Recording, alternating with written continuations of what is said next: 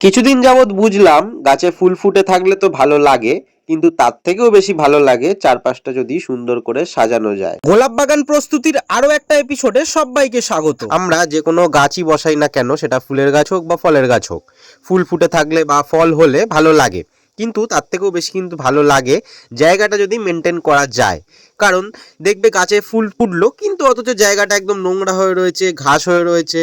তো জায়গাটা সুন্দর না থাকলে ভালো লাগে না দেখতে, এটাই বলার। আর এটাও বুঝলাম বাগান বিলাস একটা আর্ট। তোমাকে প্রত্যেক দিন 2 মিনিট হলেও সময় দিতে হবে গাছের জন্য, তবেই কিন্তু জায়গাটা দেখতে ভালো লাগবে, গাছটা ভালোভাবে গ্রো হবে। লাস্ট একটা বিষয় বলতে চাই, তোমরা ভাবতে পারো শীতের শেষে কেন গোলাপ বাগান তৈরি করছি। শীতের সময় তুমি যদি গোলাপ গাছ কিনে এনে গোলাপ বাগান তৈরি করার চেষ্টা করো, ভালো ফুল কিন্তু পাবে না, গাছে ভালো ফুল হবে না। 1 বছর সময় লাগে একটা গাছ তৈরি হওয়ার জন্য, তাই এই সময় করা। যাই হোক, কেমন লাগলো ভিডিওটা অবশ্যই জানিও। আজকের জন্য টাটা বলছি সবাইকে।